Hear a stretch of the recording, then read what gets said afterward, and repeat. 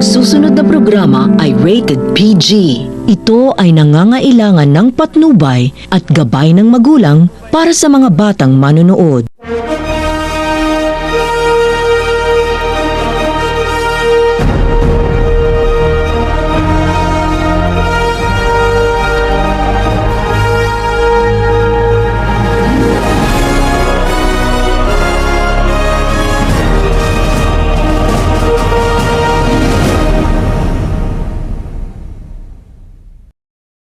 Ilamsik ng bituin.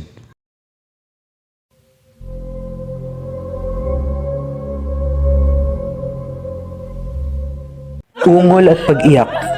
Yan ang maririnig sa planetang umiikot sa gitna ng 7 araw.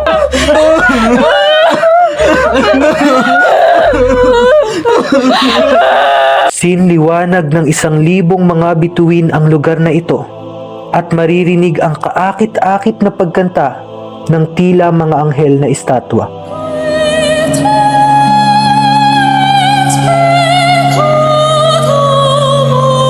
Pakiwari ko'y minananakit sa kanila, ngunit sa pagsigaw ng isang paslit, Inay! Mababatid na mas tagus-puso pa dito ang kanilang mga dahilan. O Panginoon kong Apostolo, di mapagkakailangan ako'y nagkamali sa aking buhay. Ngunit ito'y aking pinagsisihan na gagawin ko ang lahat ng iyong nanaisin. Makapasok lang ako sa inyong kahariang Devas. Ano bang nangyayari dito? Nasaan ba ako? Anong klaseng lugar ito at napakaliwanag? Sino ba ako? Hindi ko din alam. Ano ba talaga nangyayari dito? Bakit hindi namin maalala kung sino kami? Sumagot kayo! Bakit ako napunta sa lugar na ito? Ako ang Panginoong Apostolo ng Devas. Ako ang Panginoon na nagtataglay ng 12 ulo ng mga apostol. Ako din ang siyang maglilitis sa inyo ngayon kung karapat-dapat ba kayong makapasok sa aking kaharian o hindi. Panginoong Apostolo? Paano nangyari ito? Hindi ba't kwentong bayan lamang ito? Teka lang, paano ko naaalala ang mga bagay na ito pero hindi ang sarili kong nakaraan? Mga anak, sa oras na tayo pumanaw ay unti-unting magsasara ang pintuan ng ating mga alaala. Malilimutan natin ang lahat mula sa ating mga pangalan hanggang sa araw na tayo ay mamatay. Hindi! Hindi ito maaari! Marami pa akong nais maabot ng mga bituin. Hindi pa ako maaaring mamatay lalo na't marami pa akong mga pangarap na gustong makamit. Ako rin! Napakabata ko pa para mamatay.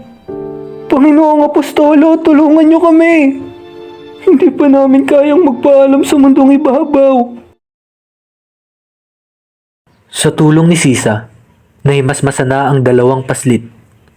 Ginawa niya ito sapagkat alam niyang ang natuklasan ng mga ito ay tila tinik na tumagos sa kanilang mga puso. Wala na kayong magagawa kundi tanggapin na lamang ang lahat. Hindi na magbabago ang mga itinadhanang mangyari, lalo na ang pagkamatay. Nandito kayo para litisin, kaya naman maghanda na kayo at makinig ng mabuti.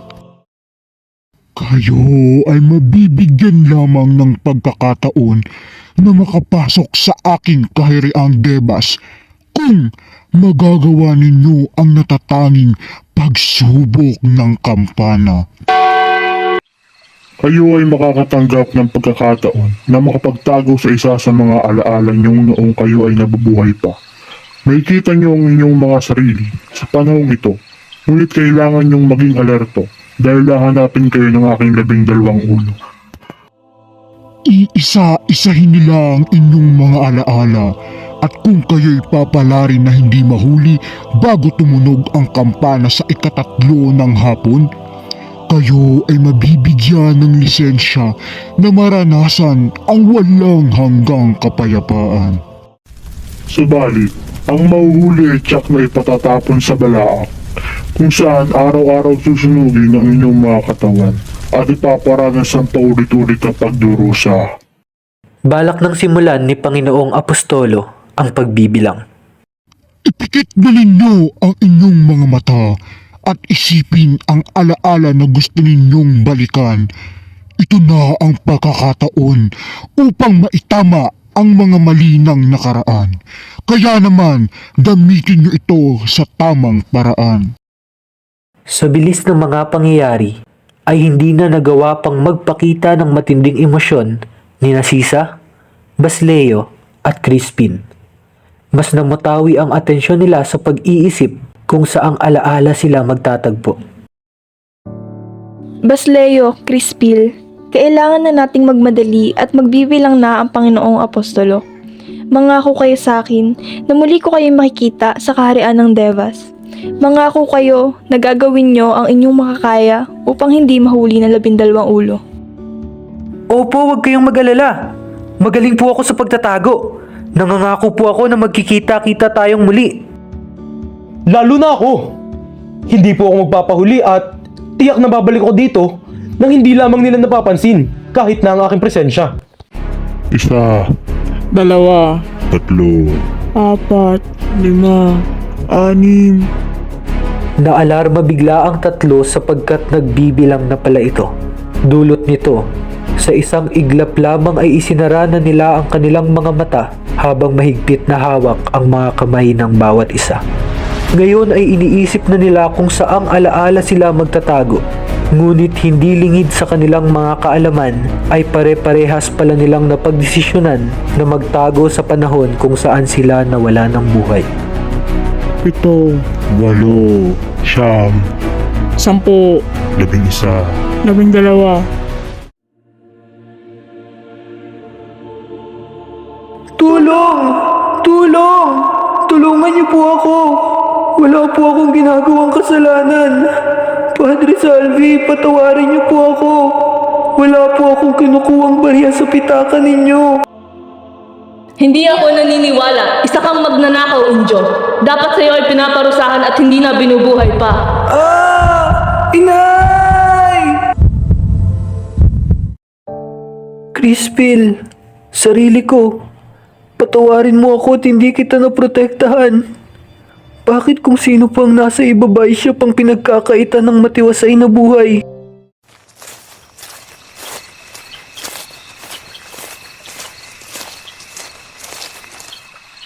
Leo? Crispil? Mga anak ko? Nasaan na kayo? Nandito na si nanay. Iiwan niyo na ba si nanay? Huwag naman mga anak ko. Anong nangyayari dito? Bakit tumatakbo sa gitna ng gubat ng katawan ko? Higit pa dyan, bakit tila wala ako sa tamang katinuan?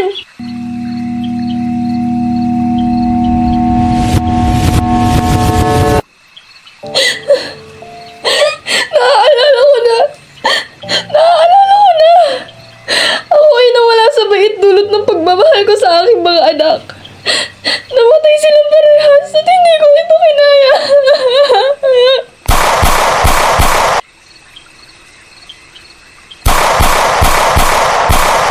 Crispil, Basleo, magkikita-kita na tayo, mga anak ko.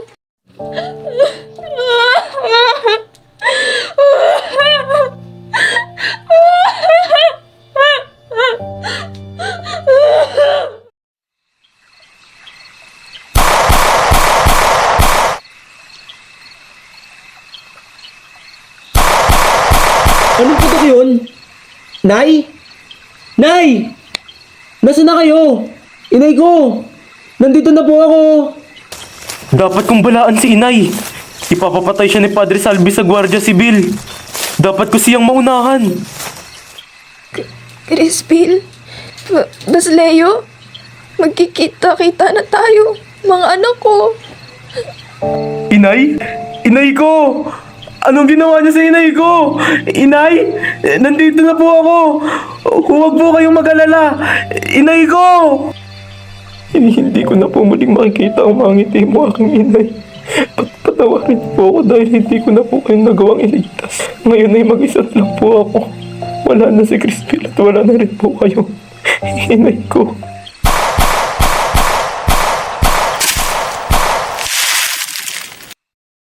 Inay ko, magkikita na nga tayo. Inay ko, naalala ko na ngayon ng lahat. Bakit niyo ito ginawa sa amin? Ano naging kasalanan namin para tatuhin niyo kami ng ganito?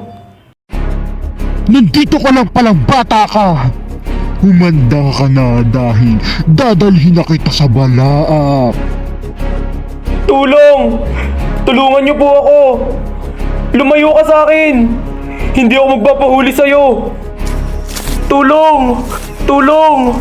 Tulungan niyo ako! Tulong! Tulungan niyo ako! Hindi ka na makakatakas pa. Mahuhuli na kita. Masusunog ka na sa init ng balaak.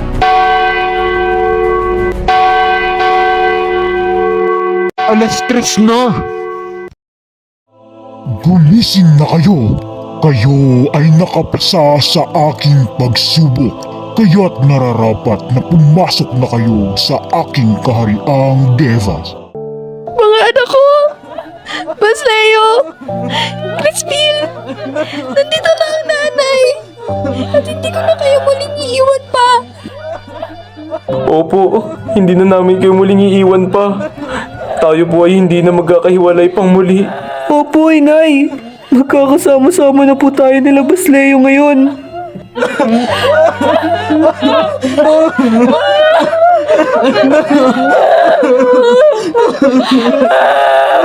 Tunay nga na mas tagus-puso ang mga dahilan kung bakit hagulhol at pag-iyak ang naririnig sa planetang umiikot sa gitna ng 7 araw. Bago pa ako maiyak sa tagpo ninyo ay pumunta na kayo sa aking kahariang Devas. Karapat dapat ninyo itong matamasa, lalo na't ito'y ipinagkait sa inyo sa lupang ibabaw. Humayo kayo at tamasahin ang nararapat na kapayapaan. Tara na mga anak at pumunta sa Paraisong Devas. Ipinapangako ko sa inyo na hindi ko na kayo muling iiwan. Magpakailan pa man. Sa pagtahak ng mag-iina sa landas tungo sa kahariang Devas, tila ba ang pagpatak ng mga luha ay naging patak ng pag-asa.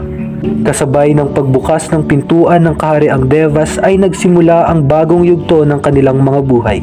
Buhay kung saan wala ng lungkot, takot o sakit na maaari pang maranasan. Ang kanilang pagkakasama-sama ay nagsilbing ilaw sa kanilang landas, patungo sa walang hanggang kapayapaan at ligaya.